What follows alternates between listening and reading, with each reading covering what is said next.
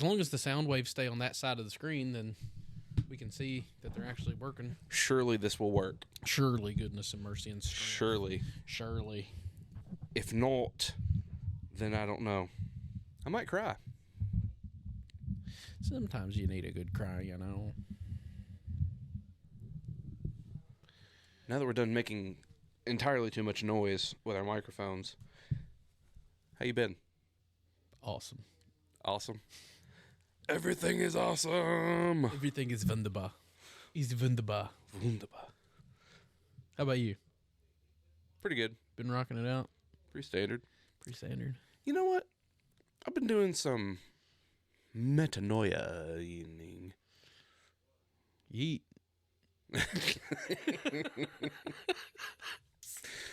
Really have. I've been doing some You've been doing some repenting? repentance. Turn. What you been repenting of? Your sin? You know, Your sinful ways? I don't know what you'll think about this, but I actually think that me and you have kind of been doing similar sort of things in this regard. Being open to being taught. Yeah. I think that's something that, based on the conversations me and you have had Yeah. recently, I think maybe that's something that we're both doing right now.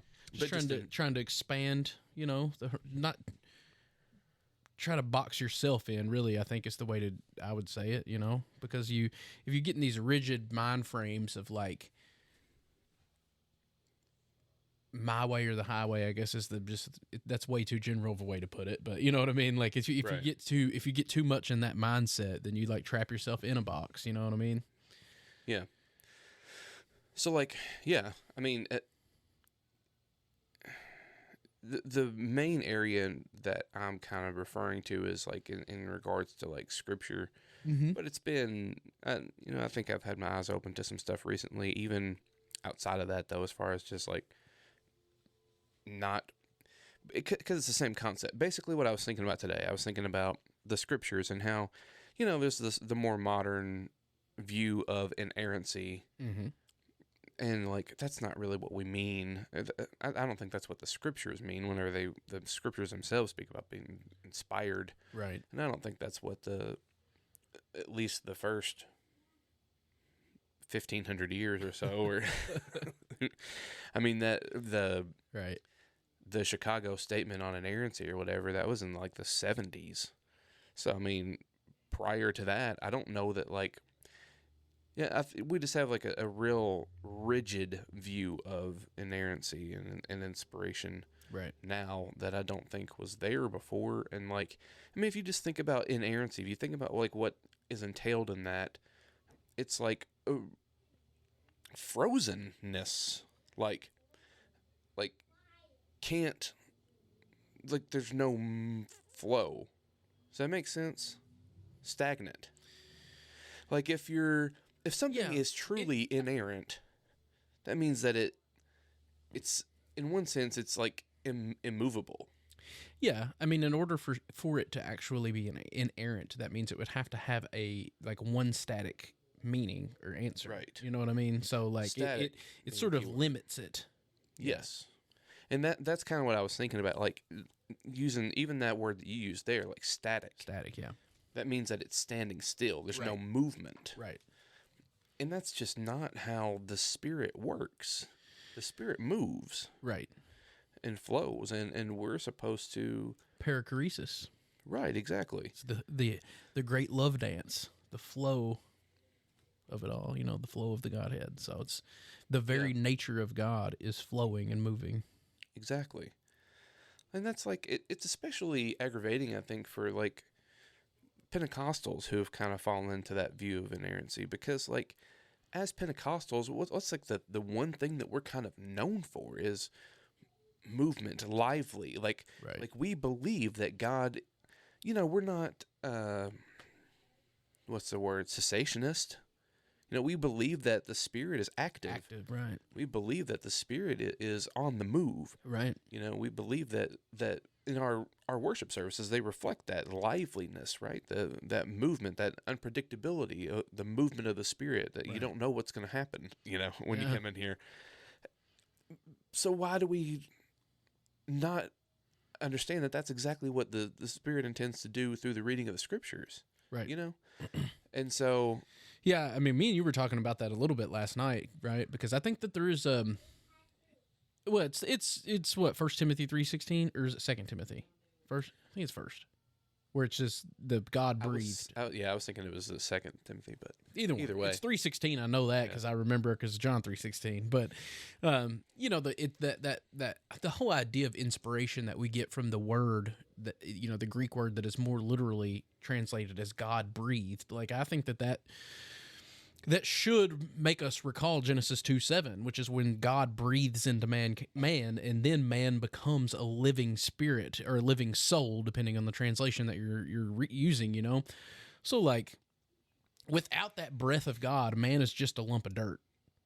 But what makes man alive is that breath, right? And that same breath is God breathed into the Scriptures. So, like, it should be the very opposite of stagnant and static. It's living and always moving. Like, that's a hallmark of a human being is that we're not like a rock planted in the ground, stagnant and static, but we're constantly moving and evolving and growing. And like, that's to me how the Scriptures are alive, is that they're like, that's how they're just as applicable to me as they were applicable to people that were living 1,500 years ago or 2,000 years ago, is because they are constantly moving and evolving because they're alive with the breath, the Spirit of God, you know? Right. I mean, to me, the whole inerrant thing to me is just sort of a silly conversation. It's more of a distraction than anything, because even if they were, let's just, for argument's sake, let's say that the Scriptures are perfectly inerrant. Are you inerrant? Am I inerrant? Is my understanding of the Scriptures inerrant? Is anybody's understanding of the Scriptures inerrant?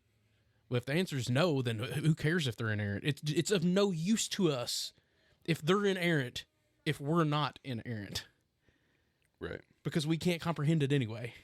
You know what I mean? So, like, to me, the whole argument of the inerrancy of Scriptures is just a moot point. It's who cares? Yeah. Because unless I'm inerrant, it doesn't matter. Right. And see, and that's like, all of that is stuff that I was thinking about today, but that's not when I said I repented. Yeah. What I have been repenting of is, I notice within myself, and it's only become more and more clear lately, I notice that I'm way too quick to read the Hebrew Scriptures with a sort of coming into the reading of them with a sort of false sense of moral superiority. You know what I mean? Mm-hmm. It's like, how do we know that the author of Joshua doesn't know that the slaughtering of the Canaanites is horrendous? Right. You know what I mean? Like, I think that it's too easy for us to say, well, we have Jesus, and we look back at the Old Testament and we're like, oh, well, these people are horrible people. And you approach the Old Testament with this sort of like superiority complex, like this sort of like assumption that you know better. But what if we don't? Like, and that's not to say, obviously, that genocide is cool. Right. I'm not saying that in the least bit. But what I am saying is, like, maybe the authors of the text knew that all along. But we can't even begin to learn the lessons that those texts have to teach us because we approach them already assuming that we know better. You know what I mean? So that's something I've been thinking about, and I don't know how you feel about that, but it kind of goes right along with, like, you know, there's things that I've said before recently to you about, like, things that, like, there's certain folks or certain, like, groups of folks that, like, I do that same thing with almost. It's like I go into this assuming that I know more. Mm-hmm. And then in so doing, I shut myself off to learning anything. Right. You know? Yeah, for sure.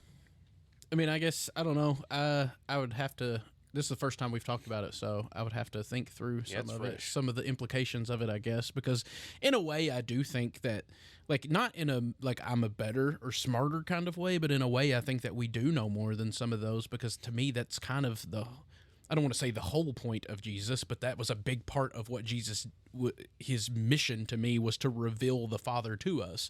Until we had Jesus, no one had ever seen the Father. So, I mean, yeah, in a way, I think everybody post-Jesus does have a clearer vision of who God is. And so, I mean, I think that that's bound to reflect in the Scriptures, you know what I mean? So in a way, I do think there is truth to that, but not in so much in that we should box ourselves into being able to learn whatever there is to glean from it also, you know? And I think that I do think that that's true, but I also think that, like, maybe I've put too much emphasis on that perspective on it than maybe I should have. That, like, you know, I mean, who are we to say that, like, in the Old Testament scriptures, like, whenever Moses sees the back of God, how do we know that's not Jesus' back? Like, you know what I mean? Like, right. That kind of deal. Like, how do we know that they didn't have any sort of revelation of Jesus? Yeah, I don't think it would be fair, and that's probably a good conversation too, is because I don't think it would be fair to say they didn't have any. I mean, to me, that's how the scriptures, especially the Old Testament scriptures, work. Is it's man's progressive understanding of God, who God is, until it reaches its culmination with Jesus. Like, that's sort of the approach that I generally take with the Old Testament scriptures. It's like there is revelation all throughout there, but you never get the full and complete picture until we get to Jesus, right? So I think, yeah, even in the midst of all those stories, I mean, one of the most picked on, let's say, stories in the Old Testament's the flood, right? It's an atrocious story because every single living thing on earth dies except for the small amount of things that are contained on this ship. Well, that's even used as a picture of Jesus in Hebrews. Isn't it Hebrews, I think? Well, I know that Peter picks it up as a symbol for baptism. But the Passover is like used. That's atrocious. Like, God is giving the I don't know what's the word for it there, but he's blamed, I guess you would say, for killing a lot of children there. Right. So that's an atrocious story. But, like, if you're not reading it hyper literally and you're approaching it with, like, there is something in this story for me to get, like, then I think that you can find it there. You know what I mean? Well, see, and that's where I'm saying, like, maybe going even a step further than what you're saying there, because I guess what I'm wondering is, like, the story is only atrocious if you read it that way, right? Is what I guess I'm trying to get at. Is like, I don't think that those stories are atrocious. I don't think that they are. I don't know. I hesitate to say that. Yeah, I mean, to me, see, that's where, for me, we get into this whole idea of, like, yeah, but how much of that is just us trying to... Because, like, in a way, sometimes I think about that, and then I'm like, well, if that's not the point that they were trying to get across, then they're not very good writers. Like, or maybe we're just not good enough readers. I don't know. And that's where I'm at with it. That's the tension, is like... See, to me, and this is probably just the skeptic in me, but that's once we get to that level, that's where I'm like, I feel like we're just trying to read stuff into it now. Like, I'm always teetering on this. Like, I'm not just like, I'm too much of a natural skeptic to just be like, I don't know, to just let go of that. Like, it always, in a lot of those situations, especially when we're really pushing the envelope on some of that stuff, like, it really does feel like, to me, like, no, I mean, we're just trying to, like, make the puzzle pieces fit there. Like, and I'm not saying that we are. I'm just saying that sometimes that's how it feels to me. Yeah. I don't think that that's what we're doing with that. I mean, well, I think that there are ways of doing that. Right. But, I think it depends on how we do that. I think it depends on how we read it. Yeah. Because, like... So, like, I think that there's some ways in which, like, it depends on what, like, we don't want to reduce the story down to just this one thing. Like, like it's really easy to read, like the story of Joseph, for example. Like you can read that story of Joseph and be like, oh yeah, well Joseph is a type of Christ. Right. Bing bang boom. Know what that one's about. Done. Right. Well, we can't reduce it down to that. So I think that there are some ways in which it's not even though it's technically right to say that yes, that Joseph is a prefigurement of Christ, there's also much more to be said there than just that. So I agree. Yeah. So I guess I'm just saying, like, I do think that there are times in which maybe it might seem like we're just making stuff up, but I think more than that, I think sometimes we just too easily dismiss it because we think we know. Yeah, I can see that, and I sort of think, I don't know. Now that you're saying all that, I sort of feel like maybe we were on different mind waves with the whole thing, really, because I think that I'm okay with all of that. Like, I think what I don't want to do is swing too far the other direction to where I'm like, no, this story's hard to swallow, so I'm just going to be like, that's not what that writer meant. He didn't mean that. Like, no, maybe he did. That doesn't mean that that's the truth, and it doesn't mean that's the only truth. Like, there's countless good interpretations of that story. Maybe the writer meant what he wrote, though. Possibly. Maybe. You know what I mean? Like, that's what I'm saying. I don't want to swing too far the other direction to be like, nah, he didn't mean that. Like, he said that God desired to kill this person, but that's not what he meant. He actually meant the opposite of that. Well, I don't know. Maybe the original author really did think that. Maybe, but then you get into the whole issue of how much does what do we mean when we say it's inspired then? Right. Because, we could say that, like, and I'm not denying a human element to it. Right. I'm not saying that at all.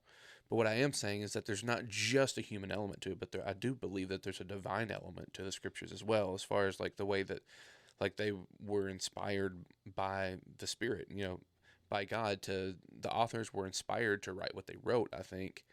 And so I don't think that it's always just a matter of, well, this human author wrote this and maybe they were just wrong.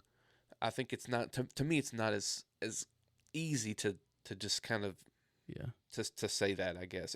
It's harder for me to, it's more complex than that for me. I don't have a problem with it. I mean, that's just the difference between me and you. Like, I don't have a problem with that. To me, the inspiration has I don't want to say nothing, has very little to do with the words on the page. It's all about the spirit behind the words. And it doesn't matter, like, if I don't have to know what the original author is intent, I need to know where his mind was. And I'm not saying it's a bad thing to know. I think it's a good thing to try. Like, that's part of studying scriptures, is to try to get to the mind frame of what did he mean when he wrote this. But ultimately, again, going back to there's multiple interpretations, and it's just as applicable to somebody 2,000 years ago as it is to me. But we could get two totally, me and you could read the same thing and get two totally different meanings out of it, and they both be good, valid. That's the inspiration. It's when the spirit within me connects to the spirit but underneath the words, and we get that divine revelation, that divine interpretation out of it. To me, that's what it means to be inspired. I don't really care too much what the original guy meant. See, for me, it's both. For me, I think it is a matter of the scriptures themselves being inspired and us needing an inspired reading of them. I think it's both for me.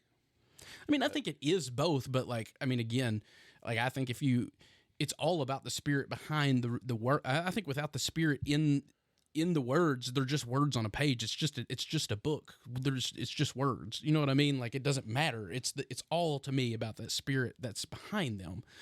So, like, I don't know. Yeah, I guess I'm just saying, like, the reason that there are words on the page in the first place is because the Spirit inspired these authors. See, I don't know. Maybe. I mean, I'm not saying he didn't inspire the authors, I guess. I'm just saying that I don't know. I don't know that it I think that God, I don't know that he's constrained to the words on the page, I guess is what I'm trying to say. Well, I'm not saying that either. I know, but I guess we just have a different view of it. You know what I mean? Like a different. Kind of seems like we're saying the same thing and disagreeing about it somehow. Yeah, somehow. But which wouldn't be the first time we've done that. No, not at all. Well, that's one thing that we've learned through this whole thing is that language is it's a difficult thing, man. It's especially trying to put language to some of these things that we don't have language for, really. I mean, yeah. But yeah, anyway. And ultimately, yeah, I mean, ultimately it doesn't matter. I'm on the same page with you as far as like trying not to, I mean, for me personally, and my going down that trail of what you were talking about doing, like I've, you're right. I have recently kind of been going through that same thing, maybe not in the same way or on the same topic, but like, because for me, and the people who's watched our most recent episodes will know, like, that one of the things that I've really been wrestling with and thinking through a lot has a lot to do with the incarnation. And I just so happen to be in the course at Global Grace Seminary, the Incarnational Theology is the course that I'm in. And so like I'm listening to the lectures and I've been reading the books, right? And like I've noticed now that because I've went back, like it's taken me too long to complete this class, way too long. So I was like, you know what? I'm just going to sit down and write I'm going to phone it in. I'm a good enough writer. I can pull this off. I'm just going to do it. Like, so I sat down to write the essay. And then once I started writing, like I realized like I did kind of like, there was something within me that I guess through reading the stuff and listening to the stuff, even though I felt like I wasn't getting it, something was there just from reading it. And then I would go back in my Kindle and like look at the highlighted sections from the required reading that I had highlighted and some of the notes I had made. And like, I don't even know why I highlighted that, but like, when I saw it, I knew what it was trying to tell me. You know what I mean? Like it was like at the time I did it, I couldn't even have told you why I did that, but now I know why. Like it's just it's a really weird thing. Yeah. But I also realized like I've went back and started reading On the Incarnation again by Athanasius because I wasn't in the right head frame when I read it the first time. And like, I mean, I got some good stuff out of it, but there was a lot of it. I was just like, I wasn't ready to hear it at the time. Like I wasn't in the right mind frame to hear it. Yeah. You know what I mean? Yeah, I know exactly what you mean. And so I wasn't getting what I needed to. And so I started, it's a short book. I was like, I'll just go back and read it again. It won't take me very long. So I started reading it again and like now it's clicking for me a little bit more. I mean, and that's not to say that, now we're going on all kinds of rabbit holes because this is also something that I've been thinking about lately is how like we have a tendency to do, it's all or nothing, or at least I don't want to say me. It's a lot of all or nothing, like especially like with On the Incarnation Athanasius. There's so much good stuff in that. Obviously, he's a saint. I mean, right. Obviously, like ask any sort of theologian, like what's a foundational incarnational text on the Incarnation by Athanasius? Like so obviously there's good stuff in there, but there's some of the stuff in there that just doesn't work for me. It doesn't resonate with me. That's probably more on me than him, obviously, because I'm not a saint, but. It's some of the arguments to me are just, whatever. I think the same thing with Torrance. Like I'm reading Incarnation by T.F. Torrance, and there's so much good stuff in it. So like I could probably read that book 10 times and still not even half understand what he's trying to say. So much good stuff in there. There's some stuff's not that good. Like some of it to me is just not compelling, not convincing. Like I've made a couple notes where like, this doesn't work for me. Like, but I'm trying to not be so all or nothing about it to where like, there's 75% of this stuff is rocking my world, but like I'm just going to not pay attention because there's sentences here or there that I'm like, right. You know what I mean? Like that's something that I'm noticing that I'm trying to work on myself. It's just like to not automatically put my blinders on because there's something that I come across that just doesn't resonate with me or something that doesn't. You know what I mean? Yeah. I know exactly what you mean. That's kind of what I mean by like what the things that I've been kind of thinking about also, and I've already said it. I don't need to repeat all of it. But yeah, just the same kind of thing that what you're talking about, but just in different areas. Yeah. Different aspects of it. Just being open to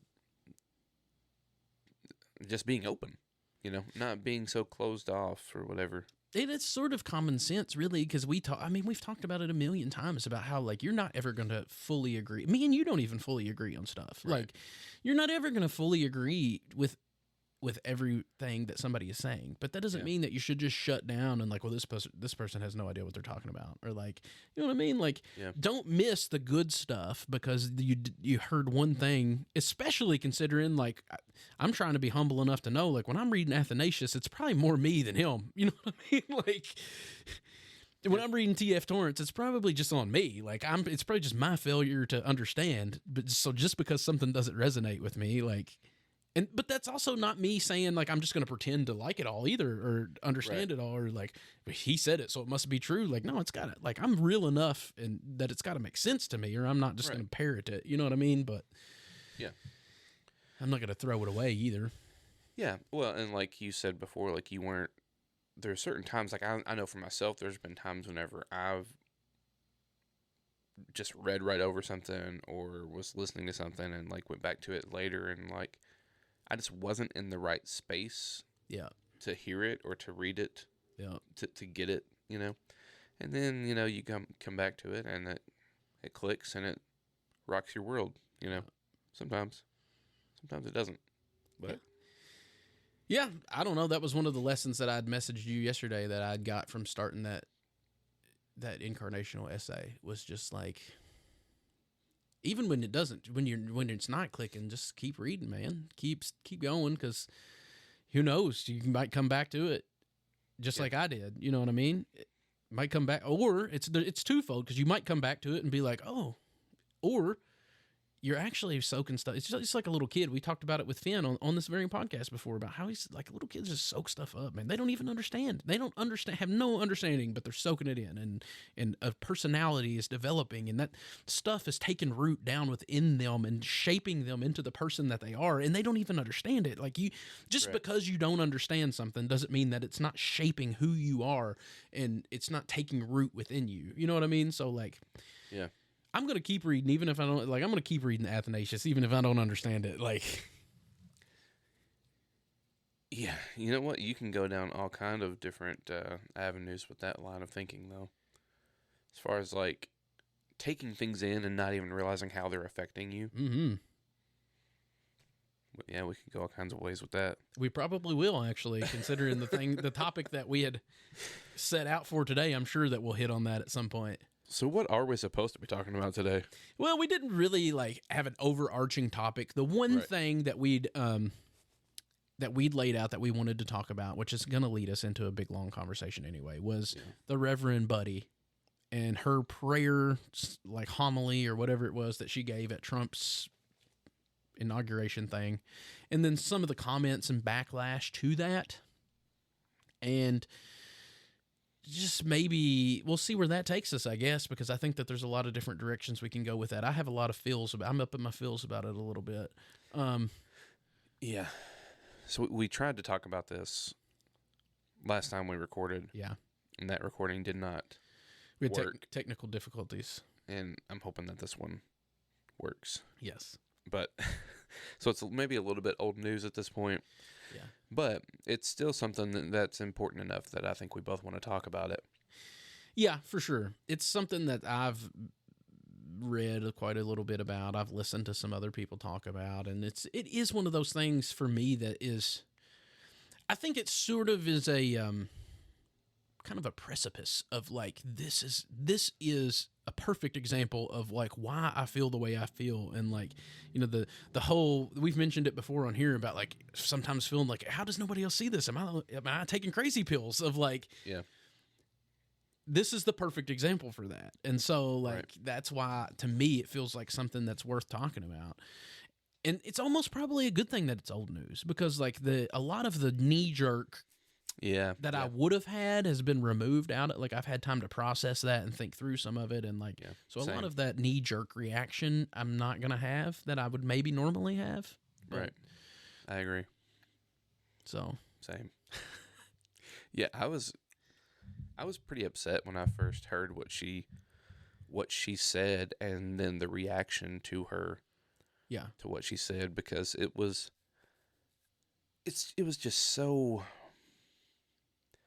I mean, it was pretty benign. I mean, that's the word that's coming to mind, but like, I mean, it was good. Yeah. It was, I mean, she was straight up given the words of Jesus, like, yeah. I mean, but she didn't say anything like really crazy, like based on the reaction by some of the folks, you would think that like she just like went off, like she went full liberal, right, like super left wing, like extreme. Like you would think that what she said would have been way more politically charged than, and like she wasn't saying, like you would based on some of the things that people said about her, you would think that like she didn't say anything that's scriptural related whatsoever. right, Just some liberal talking points. right. Yeah, but that's not what happened. Yeah. It's not even close to what happened. I mean, that's sort of what frustrated me the most, and really I guess we'll just get right into it, really, because a lot of what has been my frustration, not just within the church, but within like the political sphere, is that I've seen this and I've tried to say this, but it never comes across. Like, for whatever reason, I feel like people don't understand what I'm trying to say, but like a lot of it's not that I only criticize Trump. Like, I've criticized anybody. Like, I'll criticize any politician. I don't give a darn what political party they're in, right? Like, the first time Obama ran, I voted for him. He went in the second time. Guess what? I didn't, because I didn't feel like he was doing a good job. Right. You know what I mean? Like, I didn't vote for Joe Biden. I just didn't. I didn't vote for Kamala Harris. Like, yeah. I also didn't vote for Trump. Like, so I'm not, right. I don't care what political party they are, but like, I've felt for a long time, and it's gotten worse and worse and worse to where it feels like it's reached like the precipice with Trump, to where like, I mean, he said once, I don't remember the exact quote, but like, well, I could shoot somebody on Fifth Avenue and I could get away with it and like, it feels like that's true. Like, it feels like he could literally say or do anything. And anybody who even indicates that they may possibly be counter to something that he says is just reviled, because that's how it felt with this Reverend Budde to me. Because she never attacked him. She never said like, this is what you need, this is the way you need to govern, this is the way you need to do things. She literally said, there are people in this country that are scared. And that's just, it's reality. I know that because I've posted on my own personal Facebook that I'm scared for the future. Like, and I'm a straight white Christian man. Like, if anybody shouldn't be scared, it's me, but like, I'm scared for the future that I'm leaving for my son. Okay. So like, I'm scared. So I know some of these other people are scared. That's just a reality. She stated a reality, and then she prayed to have mercy on them. She didn't say, not like specifically, she mentioned LGBTQ people. She didn't say any sort of specific policies that you should have towards them. She literally just said to have mercy. She mentioned immigrants and foreigners. She didn't tell him any sort of specific immigration policies or deportation policies that he should implement. The only thing that she said was that, please just have mercy on these people. Right. And yet that drew vitriol and backlash from Trump himself. Even posted out, like, lashed out at her and called her mean, and other people were calling her like I read something today where some person was calling her like some angry leftist feminist witch or something. And it's like, to me, that's the culmination of this whole, like, you're either for us or against us. And if you even hint like you may not fully agree with Trump, then you're an evil, disgusting demon person. And that's what I've been saying for the longest time. Like, even if you're somebody who supports Trump or doesn't, like, I don't care, but I feel like that danger of, you're not even allowed to question. You're literally not even allowed to say, like, I recognize that you've ran your whole thing was about send these people back and deport them. Like, I realize that's you can't even deny that. Like, just have mercy on them. If you can't even say have mercy, then what can you say? Like, that to... Right. Since when is a call to mercy some sort of like liberal talking points? Yeah. Like, that's what we're talking about here. We're talking about a call to mercy. That's all she said. To your point, there was no, like, this policy, that policy, this is what you need to do about it. She simply requested that he have mercy. That's it. And I don't have all the comments handy, but man, so you know what? I'm kind of glad. They're not worth reading. Yeah, some of the things that were said about her are absolutely horrendous by Christians, like popular Christians, like people that we could say their names and people would know who we're talking about. Yep. And they said things about her that were so unchristian that it's embarrassing. Yeah. And it really just, it shows the very thing that we've been talking about for a while now, that sort of like marrying of your, not even a marrying, it's an abandoning. It's an abandoning the true Christian values. Right. I mean, that's you're right. You really are. You hit the nose on the head, or you hit the nail on the head with that one, or hit it right on the nose, whatever you want to say. But because, like, one thing that we should all be able to say as Christians is it's undeniable that there is a limitless amount of interpretations or understandings. There's thousands of Christian denominations. Right. We don't agree. We just don't agree. So if you're trying to find, like, all Christians, like, foundational core tenets that all Christians believe or all Christians stand on, you're going to have a hard time with that, because there's such a wide spectrum of beliefs and variations. One of the very few things that, in my opinion, that all, regardless of your Christian denomination, that should be utterly clear, that we should all be able to come into agreement on, is that a foundational teaching of Jesus is mercy, particularly for the downtrodden. Yeah. Like, I don't know, like, if you have abandoned that and replaced that instead with, like, talk of the sin of empathy, to me, that's abandoning Christianity. Like, I don't know any other way to say that. Like, that's, what is more core to Jesus than that? Right.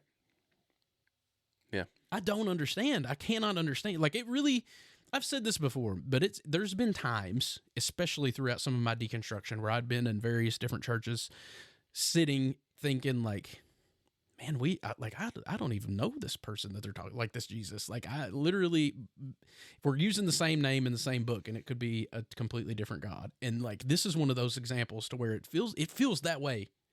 Yeah. To where, like, we call our God Jesus, we use the same Holy Scriptures. I don't know your Jesus, though, and I don't want to be frank about it. Like, if that's who, like, yeah, it's like we got two totally different gods we're worshiping. I don't know. Like, it really is insane to think about what she actually said versus what was heard.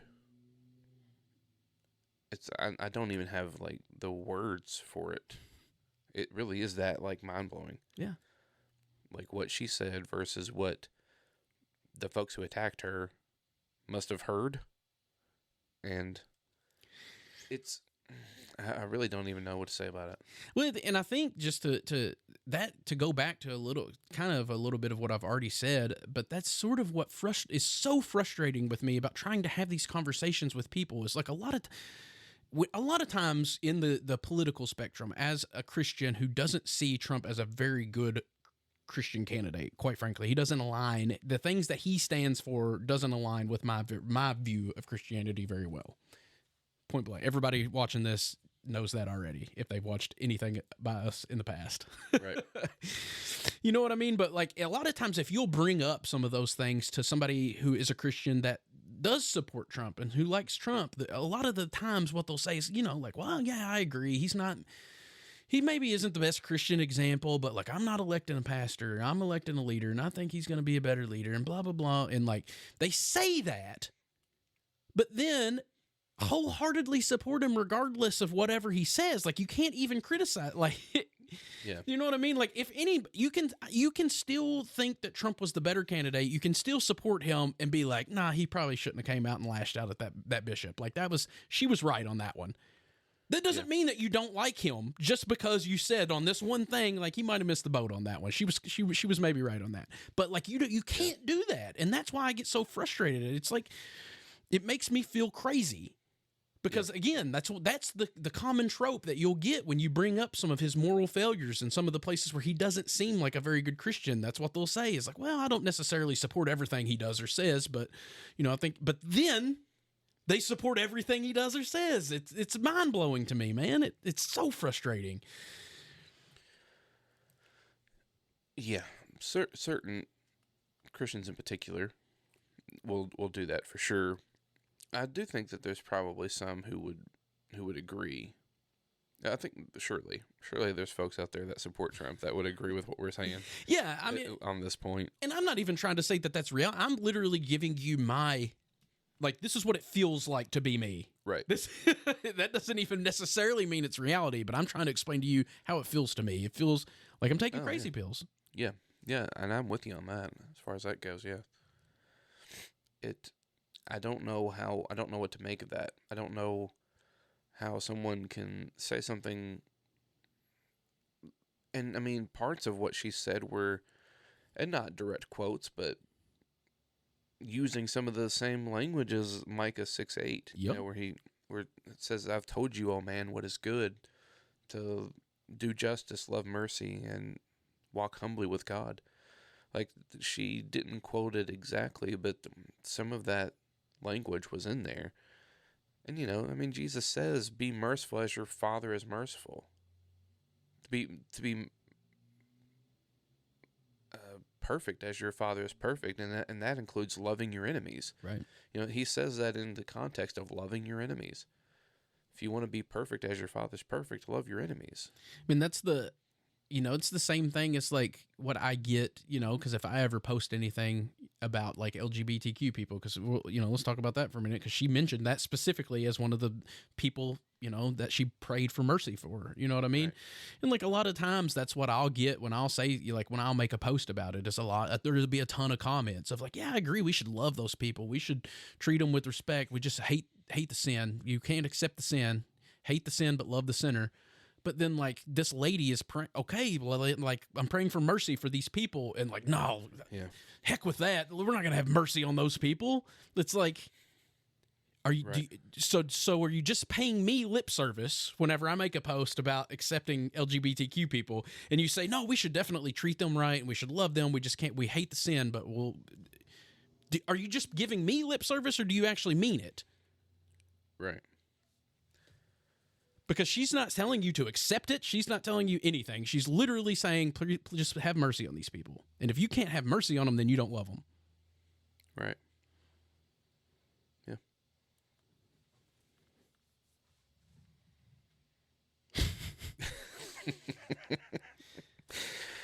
I mean,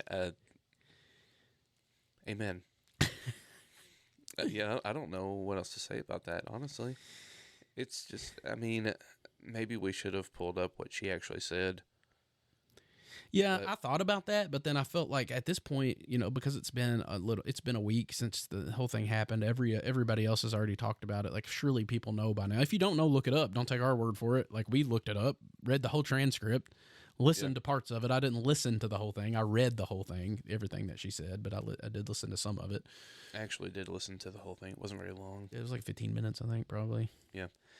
Because I was really curious. I wanted to know, like, maybe she said something before this that was like really crazy. Like there's got to be something other than this little clip here that I'm seeing that is causing this sort of reaction.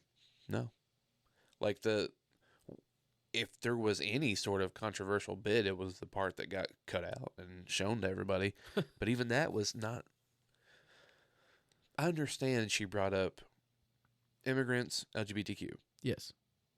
So, like, automatically those will set off people's, like, trigger warnings. Yes. But, I mean, she just said have mercy. Right. That's it. Well, it's literally what I just said, though. Like, that's the whole lip service that you always get. It's like, even if you disagree and you think it's sin to be LGBTQ or whatever, like, those same people will still tell you, yeah, but you got to love the people. You just hate the sin. Well, like, okay, does that not include having mercy on them? Like, you think we should be unmerciful towards them or not? Right. I don't. Yeah. It's It's hard, man. And that's where that really hits it to me. Again, it's a perfect example of some of the conversations I've had with you, probably off camera more than on camera, about some of the struggle that I've had with even being like considering myself as part of church culture and consider even using the label Christian because it feels sometimes like I'm a completely different religion than like what is being espoused as modern Christianity. In that regard, I believe in Jesus. I believe in God the Father. But right. I don't know, like that. That's the perfect example of why I struggle with that, though. Yeah, it's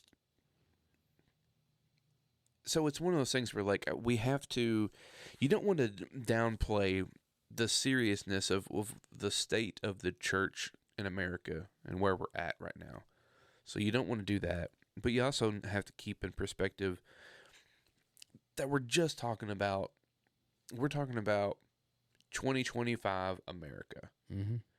The church is way bigger than that. The church has been around way before us and will go on way after us. Will the version of Christianity that we know in America, will it die eventually? Probably. I think so.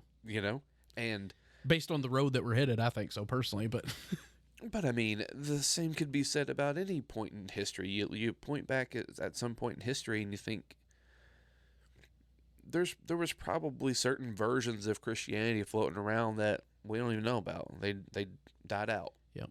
They didn't stand the test of time. And I think this whole MAGA Christianity stuff, that's what that's going to be. It's going to die. Yeah, I think so. And the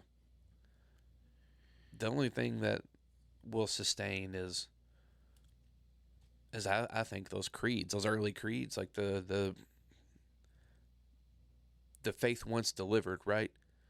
According to the scriptures, like the faith once delivered, from the apostles, the ones that walked with Jesus and lived with him, and that message that will continue on. Yeah. I mean, Jesus said himself that the gates of hell will not prevail. Right. That it's funny that you're the one that mentioned this because I actually knew that we were going to talk about this on the conversation, but I was 100% sure that it was going to be me that said it, and I was afraid that you would disagree with me on it. On what? Well, because the way the framing of it in my head was like, I think that the trajectory that we're on in this example that we're talking about with this Bishop Budde is the perfect example of it. Like, I think it's the death of American Christianity, at least evangelical Christianity. Like, it is on a trajectory of death. A certain version of it, I agree with. But I agree with you. Like, the way that you framed it is what I mean by that. Yeah. But I didn't know that I would be able to get that across to you. So it's better that you, right? It's better that it came from you and not me, anyway. But that's what I meant by it. But yeah, I think I think that trajectory that we're on, as evidenced by this example, like that version of American evangelicalism it's on its dying. Like this is the end for it. Like it's gonna die. Yeah, I think so. I mean, I don't see how it can survive without these basic tenets of Jesus' teaching being right core to it, central to it. Whenever you're rejecting the words of Jesus as liberal talking points, woke, you got to throw that word in there. Woke, like whenever the Sermon on the Mount is dismissed as woke, then you don't have a foundation to stand on. It's gonna blow away. Right. Well, and that's what I burn up like chaff. And that's exactly what I mean by when I say that. Like if you actually think that Jesus is the truth, the way, the truth, and the life, well, like to me, from my perspective, the trajectory that we're headed on as the American evangelical church is the opposite of Jesus. And so if you think that Jesus is the way, the truth, or the life, then we're headed the way of destruction. That only leads to death. So that's why I come to that conclusion that we're headed on the course to death, because we're not following the narrow way. We're not following the way. It doesn't seem like it. to me, obviously. At least a certain portion of us. Yeah, it's really interesting because I've really been trying to think through this a lot. And really what I've been trying to think through is how, because it seems so, like, I cannot emphasize enough how upside down it seems to me. It is literally like a lot of these things, like lashing out at someone and calling them the anti-gospel and proclaiming the anti-gospel for asking for mercy for people who are scared. That is so contrary and so opposite to the Jesus that I know and the gospel that I know and the Christ that I know, that like I've really had to spend a lot of time just thinking like, how in the did we even get here? Like, how did this happen? Like, right. I'm literally speechless at times, just flabbergasted at how crazy this is. And as I was thinking through it today, I read the word, I told you this, but the word that came to my mind was Babylon. And I was like, well, that's interesting. But what's interesting, first of all, because that doesn't happen to me very often, where I'm like, seem to get like a word. I even kind of hesitate to say it that way because it sounds so churchy, and that's not me at all.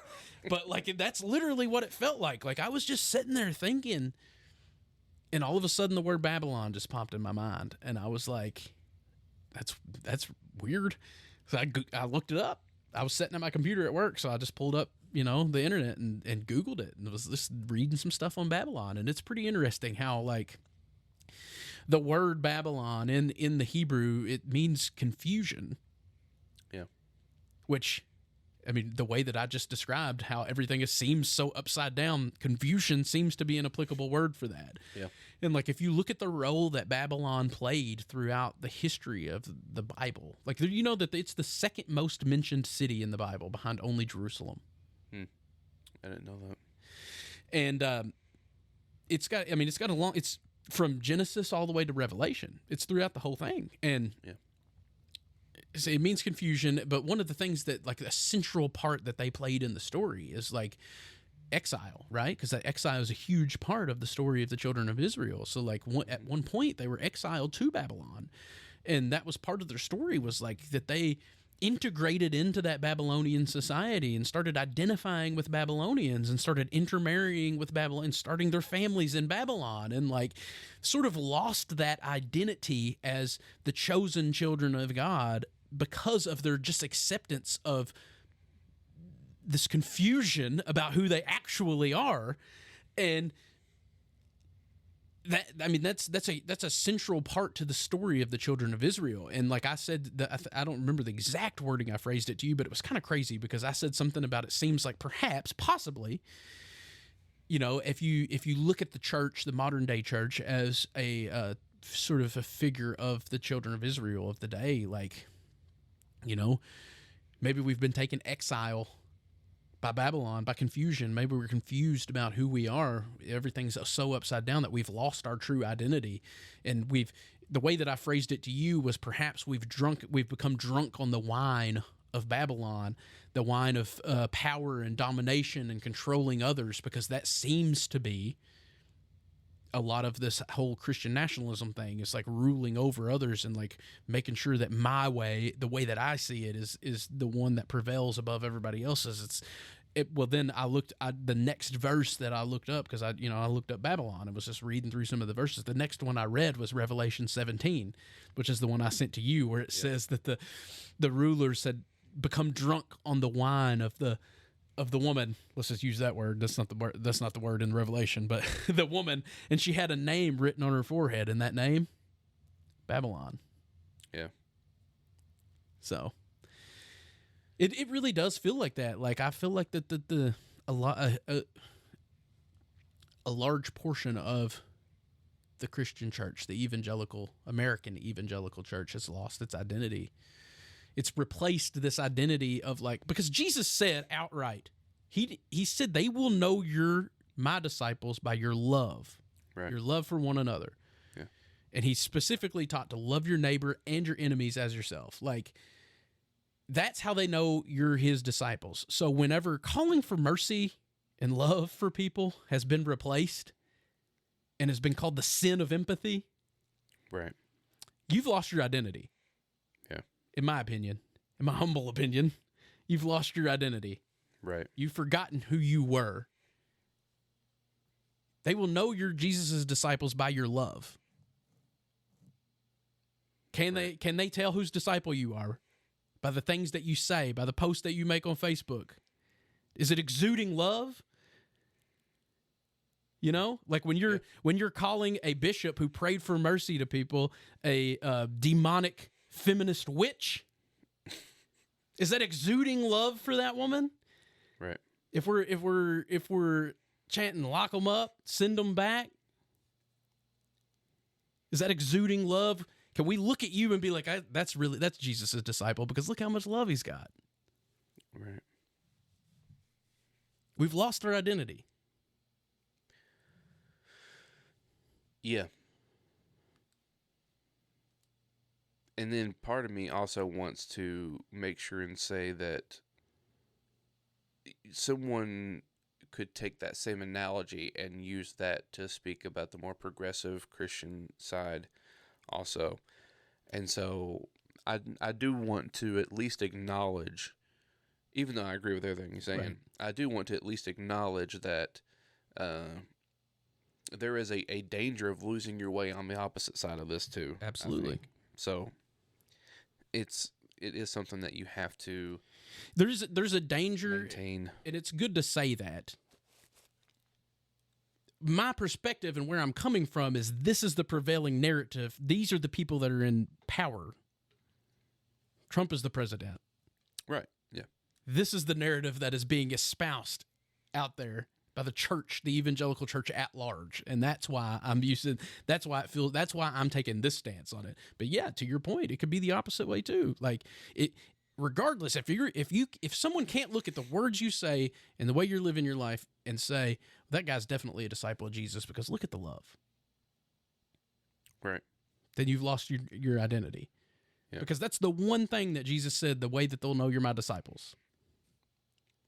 It ain't about the way you dress, the way you cut your hair, the way the language that you use. It ain't about none of that. It's about how you love people, period. Yeah. There's also an interesting thing that happens in this world of the more, I don't even know how to say it, because I don't even saying American evangelicalism, I don't think is too broad. I think it's even, you're right. There's even a subset of that is really what I'm kind of talking about. And it's like the folks that like would say, they wouldn't say this, but what they mean, I think, is like they'll know that we're his disciples by how much we're hated for being bullies. You know, that's not what Jesus said. Right. But it's like there's a certain subset. I want to read that. So go ahead, man. I'm going to look that one up. I'm going to read it. There's a certain like subset of this culture, I think, that prides themselves on how much they're hated, because in their minds, they think that means that they're on the right path. That means that they're doing something right if they're being hated. Which, to their point, Jesus did say that the world would hate you the way it hated me. But you have to look at what Jesus did to get hated. Right. Well, that's why. See if that's applicable. That's exactly why I wanted to read that, because let me just. I want to read the whole Beatitudes if I can. Okay. All right. Go for it. Matthew chapter 5. I'm just going to start at 5:1. When Jesus saw the crowds, he went up the mountain, and after he sat down, his disciples came to him. Then he began to speak and taught them, saying, "Blessed are the poor in spirit, for theirs is the kingdom of heaven. Blessed are those who mourn, for they will be comforted. Blessed are the meek, for they will inherit the earth. Blessed are those who hunger and thirst for righteousness, for they will be filled." Pay attention to this one. This is verse 7. Blessed are the merciful, for they will receive mercy. Blessed are the pure in heart, for they will see God. Blessed are the peacemakers, for they will be called children of God. Blessed are those, this is the whole reason why I want to read this, so pay attention to this one too. Verse 10.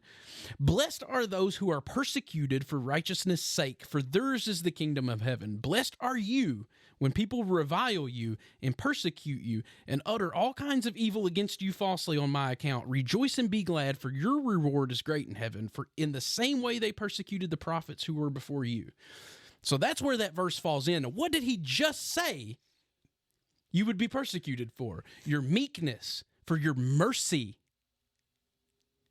for being a peacemaker.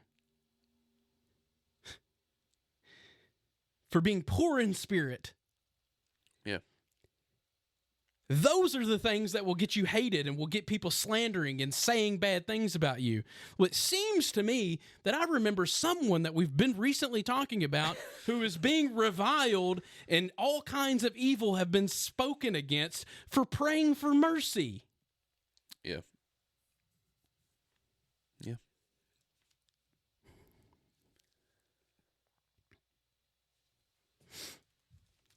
That one gets me fired up, man. Like that one, because you're right. That is one of the common things that you'll get all the time. It's like there is a population of Christians who will, like, you know, go out and protest people with their "God hates you," you know, signs or whatever. Right. And then when people like speak out against it, like, oh, of course we're getting persecuted. Jesus said that would happen. Like, no, he said because you're too merciful. You're too loving. That's why people will hate you. That's why people will speak out against you. It's the exact freaking opposite. Everything is so freaking upside down, man. Drives me crazy. Yeah.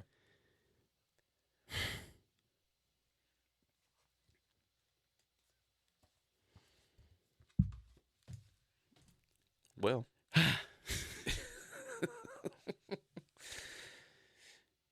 Yeah, it's all frustrating. And it's just where we're at right now. And there's not the thing is that this is all we can do, right? What we're doing right now, that's all we can do. I mean, and ultimately this doesn't matter. People are going to listen to this and they're either going to like what we're saying and agree, they're going to agree or disagree, and it's just going to be what it is, you know. Yeah. I don't know what else we can do other than, you know, we can pray and we can keep spreading the good news, and we can keep trying to be a light in the darkness. We can keep doing as best we can, just do the things that Jesus actually said to do. Right. And that's all we can do.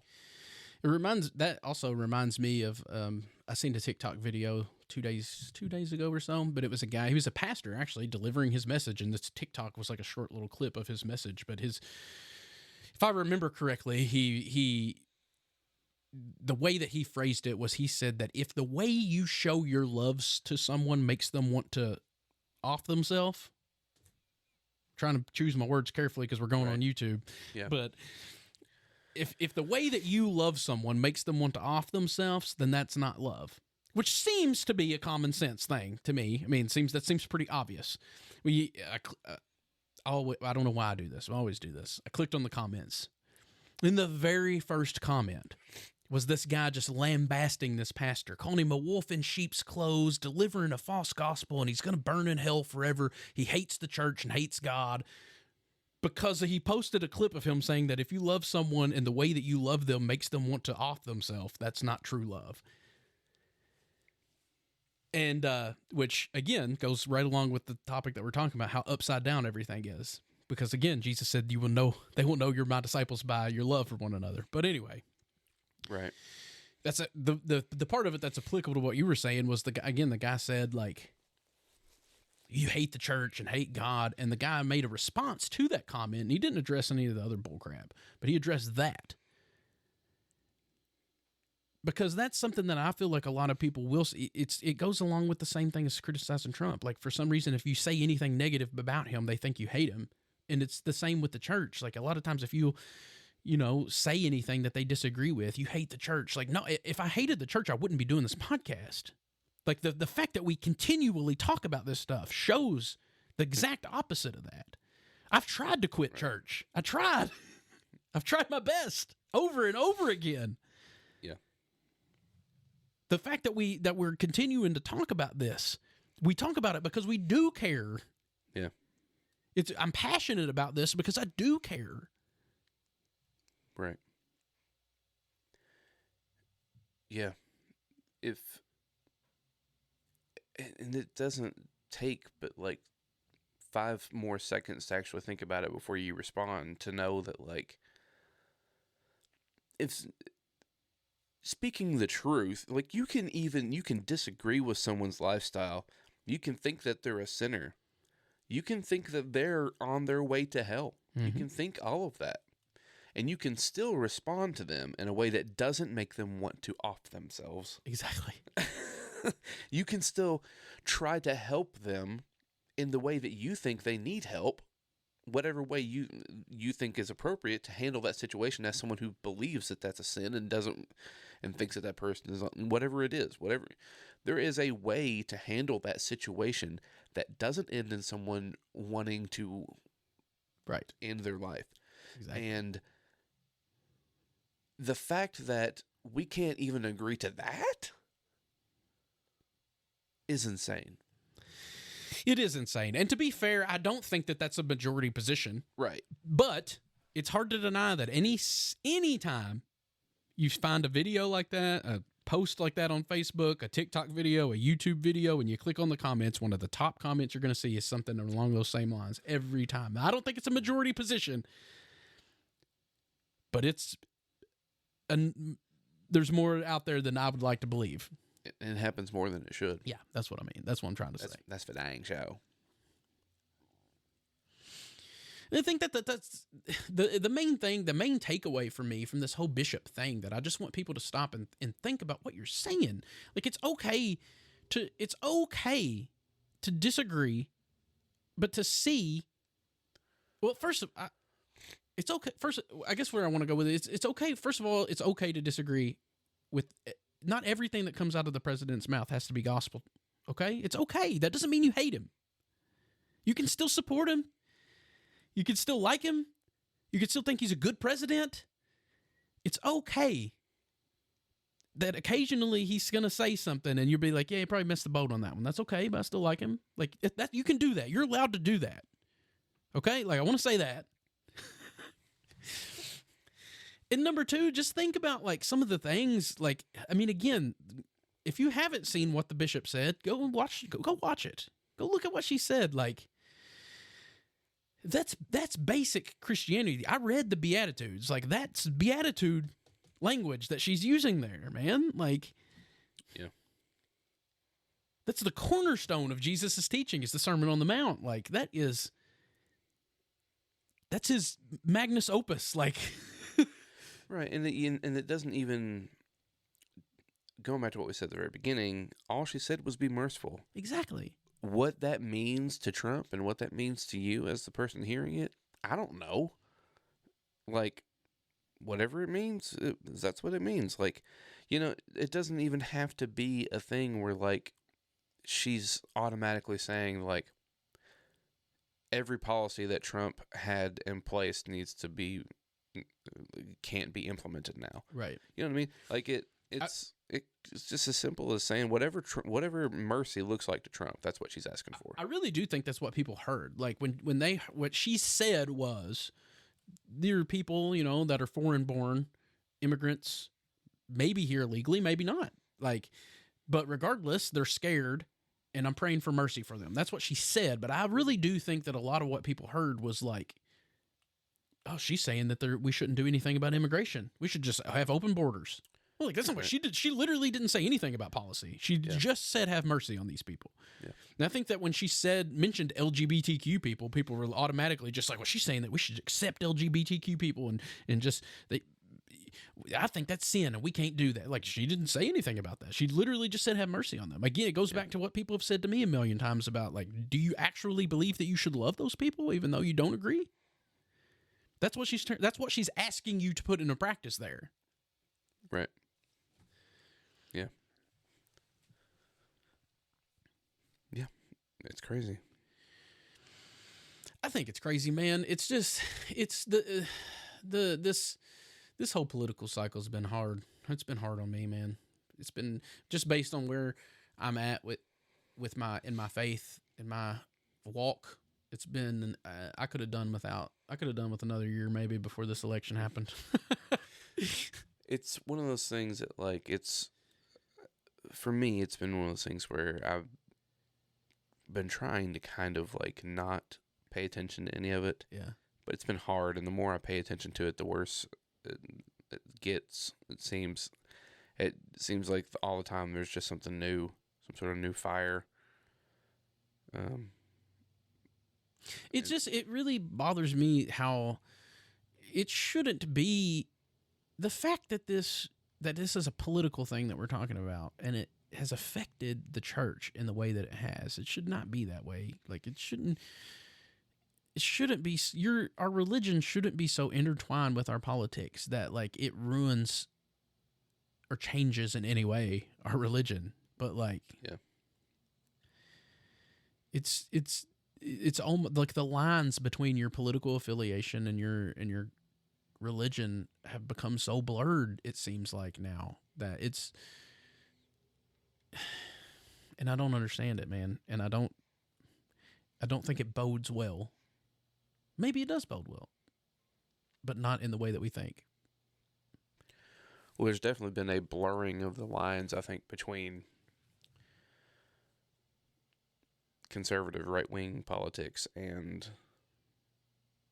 the Christian life. There's definitely been an unhealthy blurring of the lines, I think. And that's not to say that, like, people...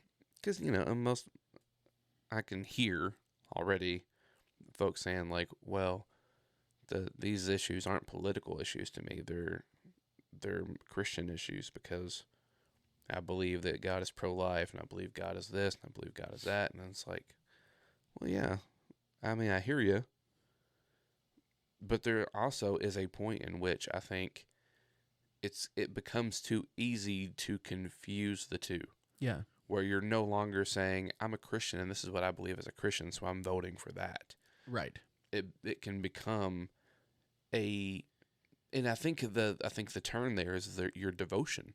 I think that if you spend more time on CNN or Fox News, or you spend more time reading articles on Trump and his policies and the things that he's implementing, if you know more about that than you know about your scriptures, there's a problem. If you are constantly keeping up to date on this kind of stuff, and you never go and read the Sermon on the Mount, like, when's the last time you read the Sermon on the Mount? You know, ask yourself that question. Today. Yes, just now you did. But, like, you know what I mean? Like, I think that a lot of us in that space,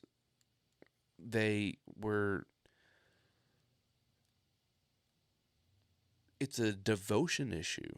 It's a being right. Too devoted to your politics, but trying to play it off as if it's about your Christian. Jesus said straight up, you can't serve two masters. Right. You know, whatever your heart is in, that's where your mind's going to be, or right. Vice versa, even too. Like wherever your mind's at, that's where your heart's going to be. Like, what are you thinking on? What are you?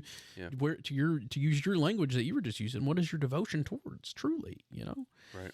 And to that point, you know, with the whole like, well, it's not political issues to me. I want to give a practical example from my perspective on like the difference. Okay, because I'm just thinking out loud here, but I don't think that there is a Christian position necessarily on, let's just say, immigration or what we're going to do about immigration outside of what policies should be implemented. I think regardless of whether you want to be more strict on immigration or more lenient on immigration, what makes it a Christian issue is that mercy aspect to it. I think you can enforce more strict immigration rules and do it in a humane and merciful way. Right. To me, that is what makes it Christian. It's not whether you were pro open borders or against them. It's regardless of that, there's no Christian position on that, in my opinion. It's how do we treat those people, though? Again, remember, Jesus said, they will know you're my disciples by your love. How do you treat those people? Right. Are we treating them like dirt? Throwing them in cages? Treating them like animals? Or, like, are we trying our best to, like, be respectful and treat them humanly, even though they broke the law? So we're going to have to deport them back or whatever they're doing. Right. But that doesn't mean we have to be inhumane to them. To me, that's what makes it a Christian. You know what I mean? And like that's what gets lost. It's become, instead of that, which should be a common meeting place that the right and left can meet on as Christians, right-leaning Christians and left-leaning Christians, we can have different opinions on what's the proper policies for immigration, but we can come to the middle and agree that whatever is decided and whatever we do should be done out of love and respect and decency.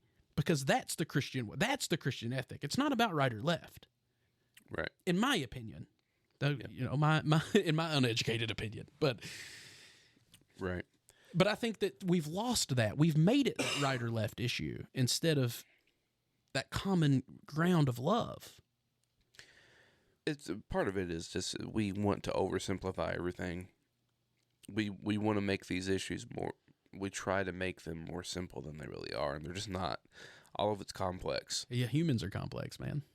And what I'm thinking about now is like it's just what I don't know what it is about us. We long for simplicity, and we try to make everything simple, and not just politics, but like it's the same thing with what we talked about with the scriptures earlier. Like we want to not think about it. Mm-hmm.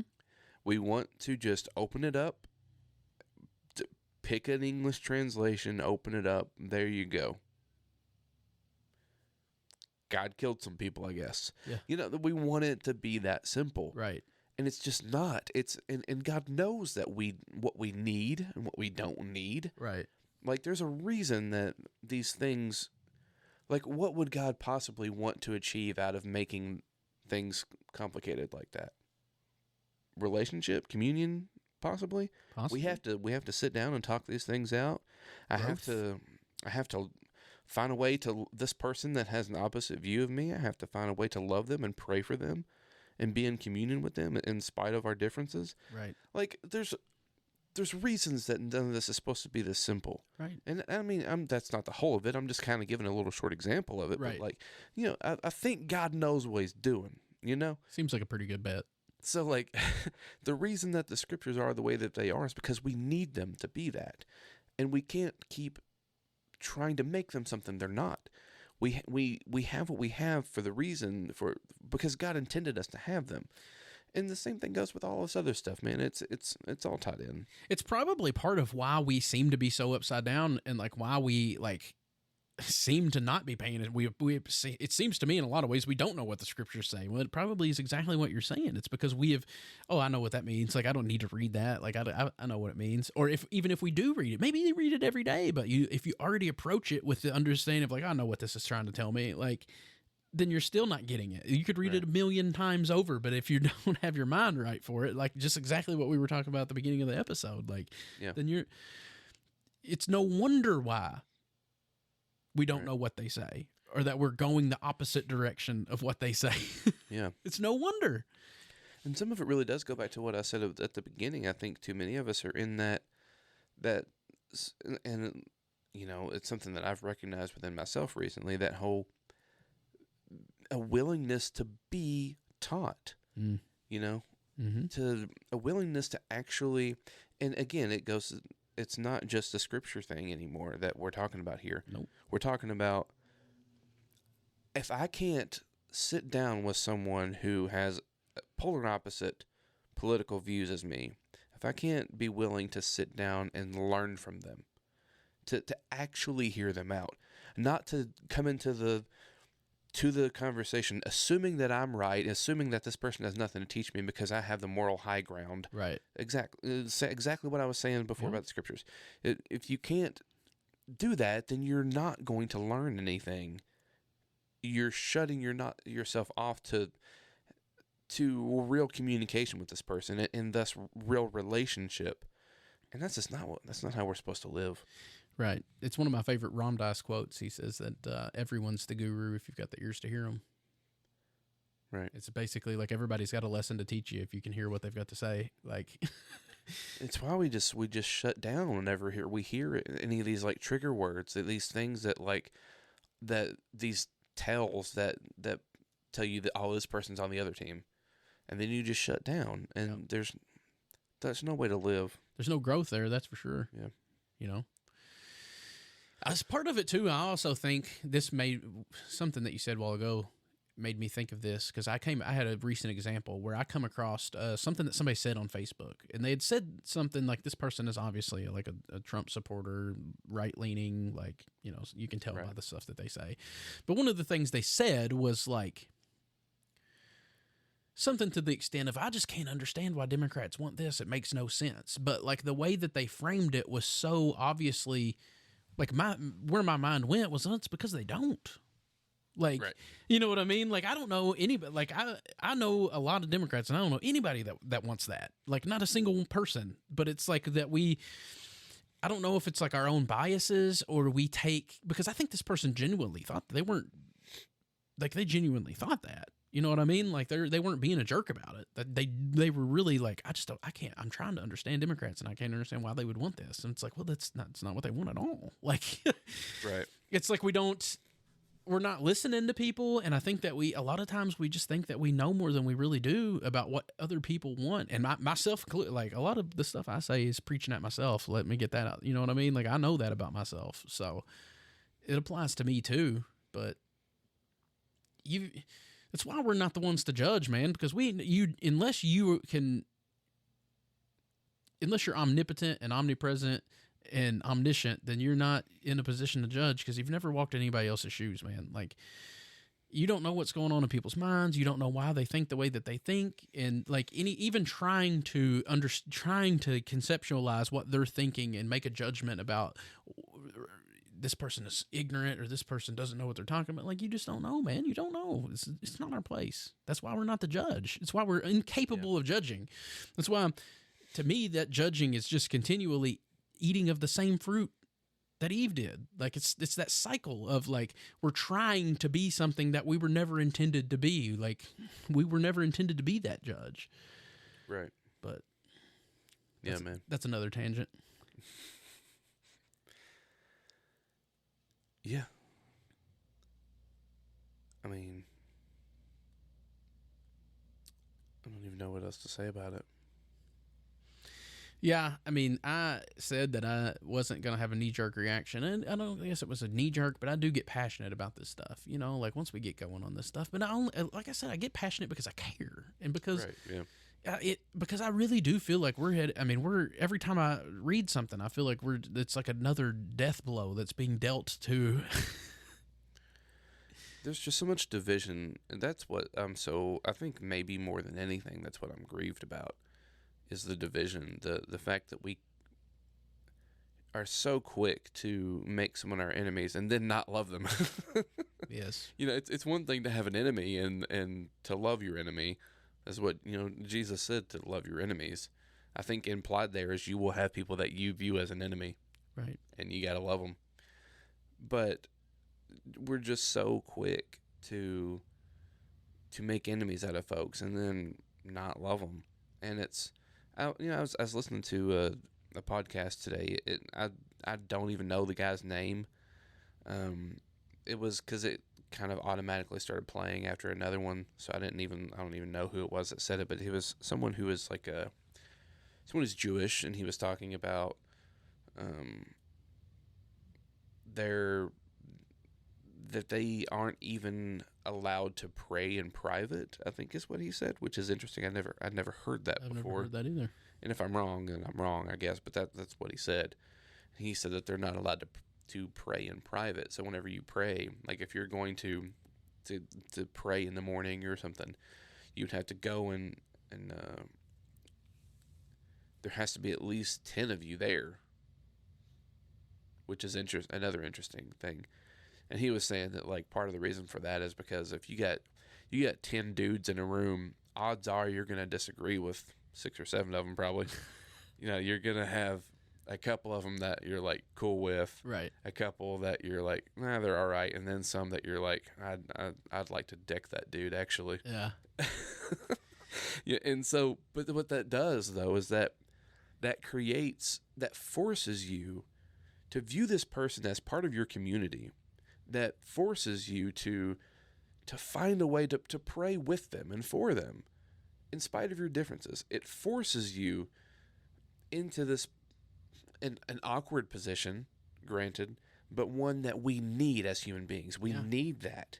We need to see those people that we disagree with or even dislike, and we need more of that. We need to force ourselves into situations where I'm going to pray for you, and I'm going to pray with you. We're going to pray together.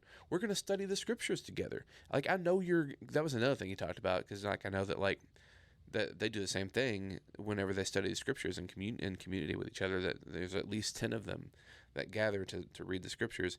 And there was a word for it, a particular word for it, but he even talked about having like a study partner, like one person in like particular that you study the scriptures with, and it's intentionally someone that you know disagrees with you.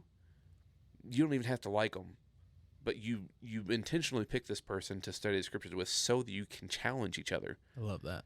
You know? I love that so much. And it's like, but if we can't read a comment on a Facebook page and not lose our crap, then how could we ever do that? Right. But we need that.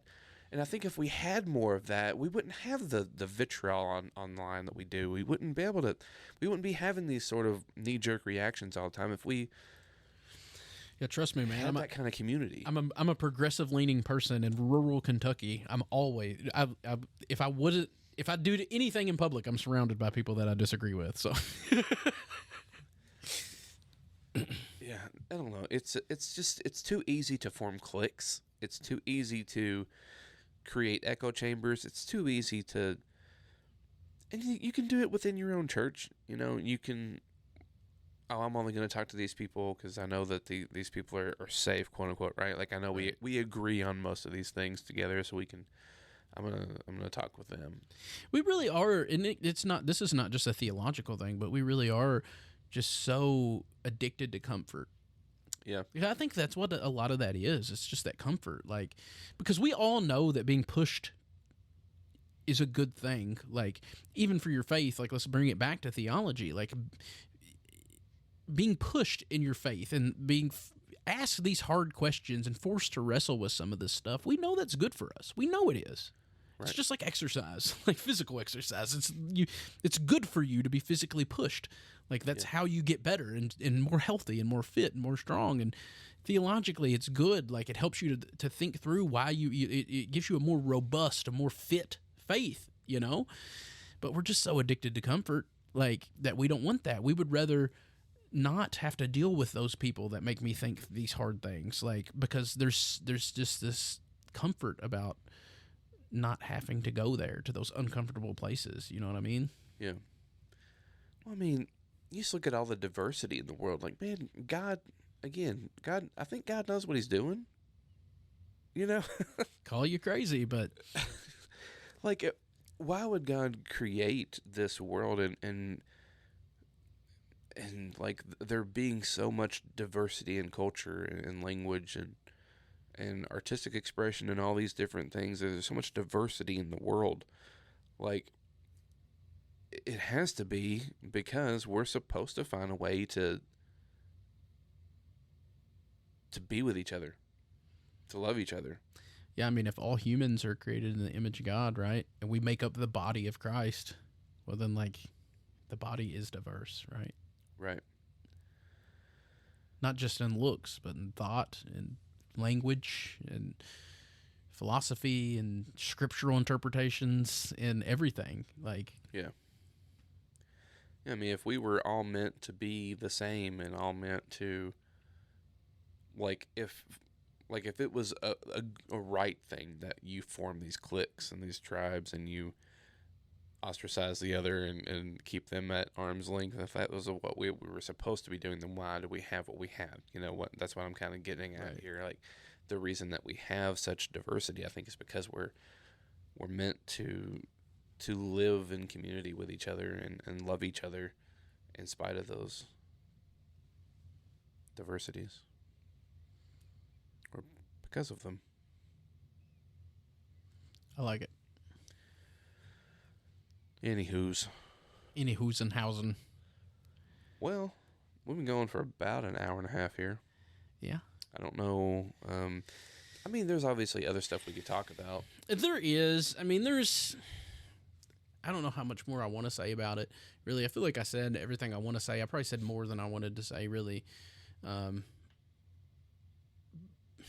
It's a hard thing to talk about, really, because you want to get the point across. I mean, here's the thing is that the prophets weren't very well liked because their message wasn't very well received. They had a message that was hard. Yeah. Because they saw their people were headed on the wrong path. And like that's a lot in a way, like not that I'm like calling myself an Old Testament prophet, but like in a lot of ways that's the way I feel about that. Like the topic that we talked about today is like I don't think it's going to be well received. I don't think it's going to be liked. I don't think it's going to earn me any favors or friends with anybody. But I didn't say and I didn't get passionate about it out of that. Like it's because I care so much and I have this love for that. I see the path that we're on, and it's not, in my opinion, we're not headed in a good direction. We're not headed in a good path, man. We've got to do something. Yeah. And so I'm trying to cry out to say, like, just think about this stuff, man. Like, even if you think I'm an idiot and you disagree with everything I said, just do me the favor of thinking about it. Just think about it. You can call me an idiot to my face. I don't care. I'm not going to hit you back. Probably. Maybe. Catch me on a bad day, maybe. I don't know. But no, probably I won't hit you. But just think about it. That's all I'm asking, man. Just think through it. Really, that could be the thesis of every show we do is just think about it. Just think through it. Yeah. I had something I was going to say and I lost it. Sorry. It's all good. Yeah.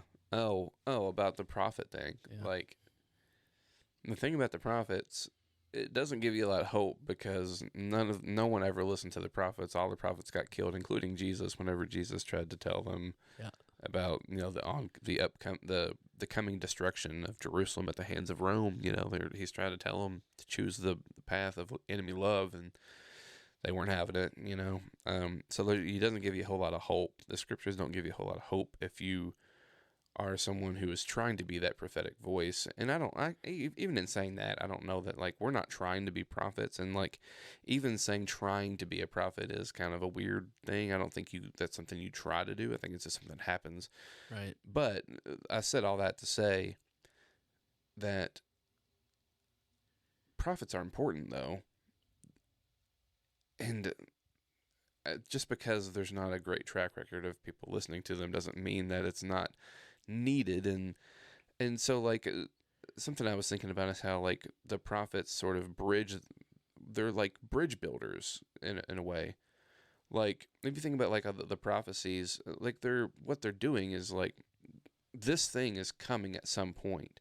It's almost like there's a bridge that they're building between the present and the future and the past. And, like, it's, the Old Testament and the New Testament, there's that, there's so many prophecies given in the Hebrew scriptures that are fulfilled in the New Testament.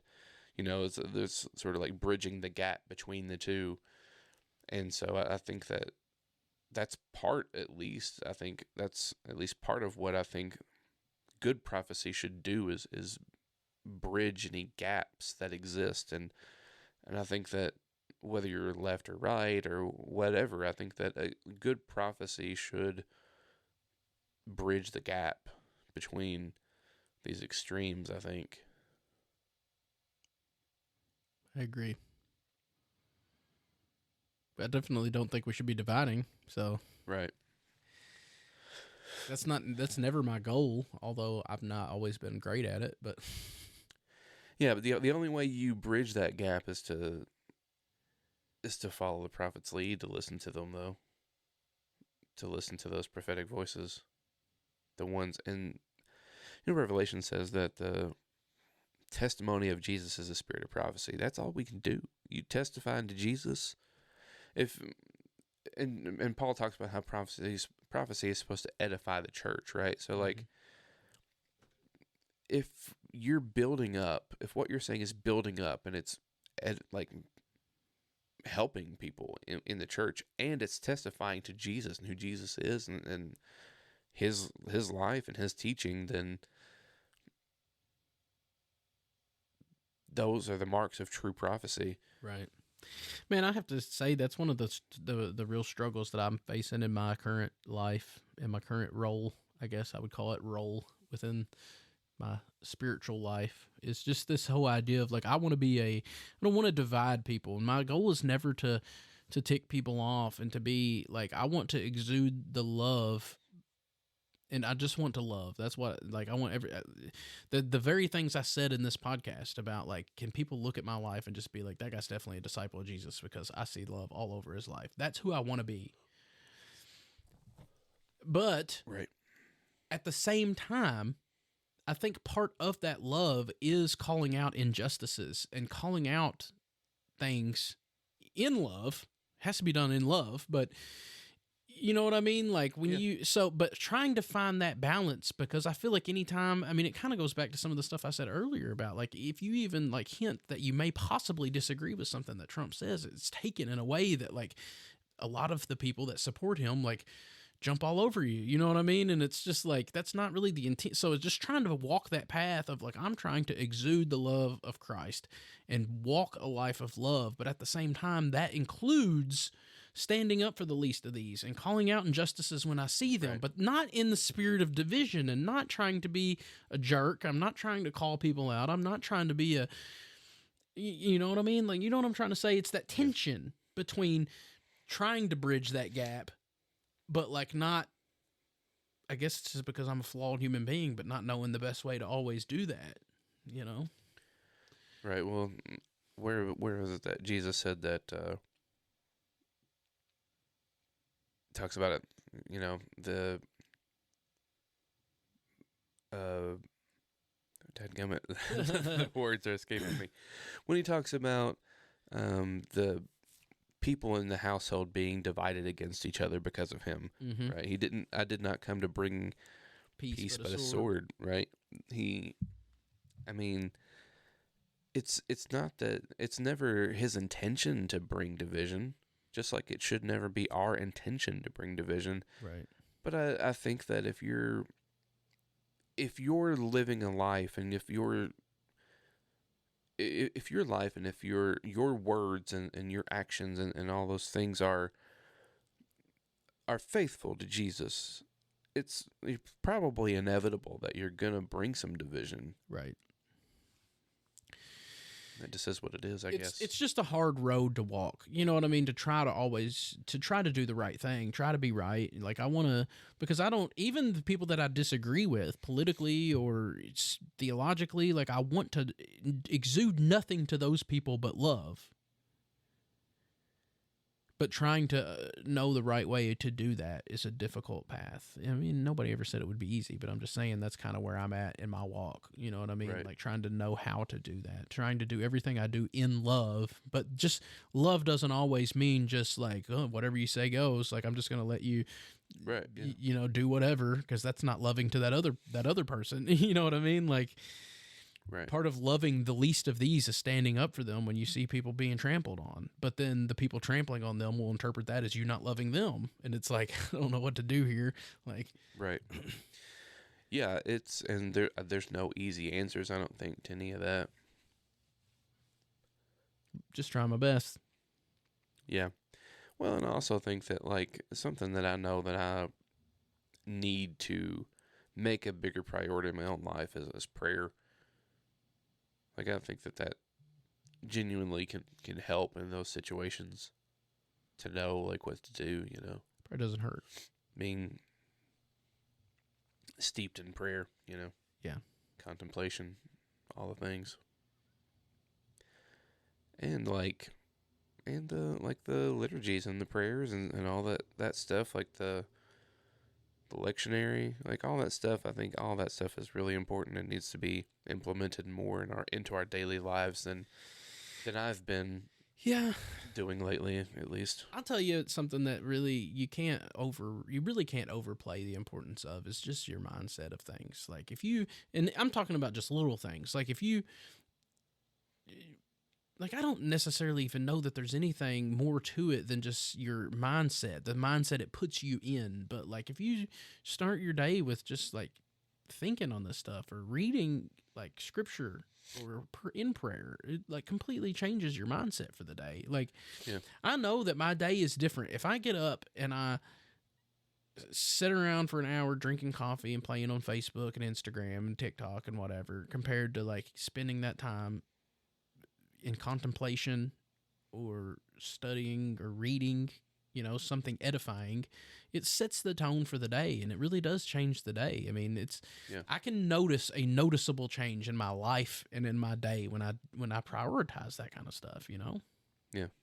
And I've been trying to, I've done, actually I need to find one of my streaks going to end because I just finished it, but I've been doing the little reading plans on the Bible app and just trying to even, because that's another thing about what you were going back to earlier about, like, I would always start these reading plans or whatever, and then they would be these devotionals, and I'd be like, this is silly. Like, this, I don't agree with the theology and this is not even do it anymore. You know what I mean? But then, like, even if I disagree with some of it, if I've got ear, everybody's the guru. If I've got ears to hear it, like, there's something there for me. I just gotta keep reading, man. But anyway, that's rambling.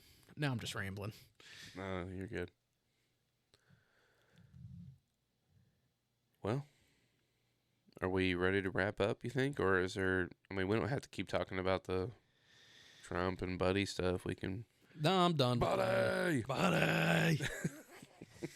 Yeah, man, I don't really know what else. I haven't. It's kind of funny because I told you earlier this week that I'd kind of been on a spiritual fast, so to speak, which all I meant by that was I hadn't been listening to podcasts or watching YouTube videos or doing the stuff that I normally, like, that's pretty much what I do all day, every day. Is like when I'm at work, I'm either on a conference call in a meeting, or I've got my earbud in listening to a podcast or a YouTube video. Like, I'm constantly just taking in this information, and I was just kind of taking a little break from that. And I'd listen to a couple of shows about weightlifting and health and fitness, powerlifting, just change it up a little, you know, kind of, I was feeling a little, I needed a break.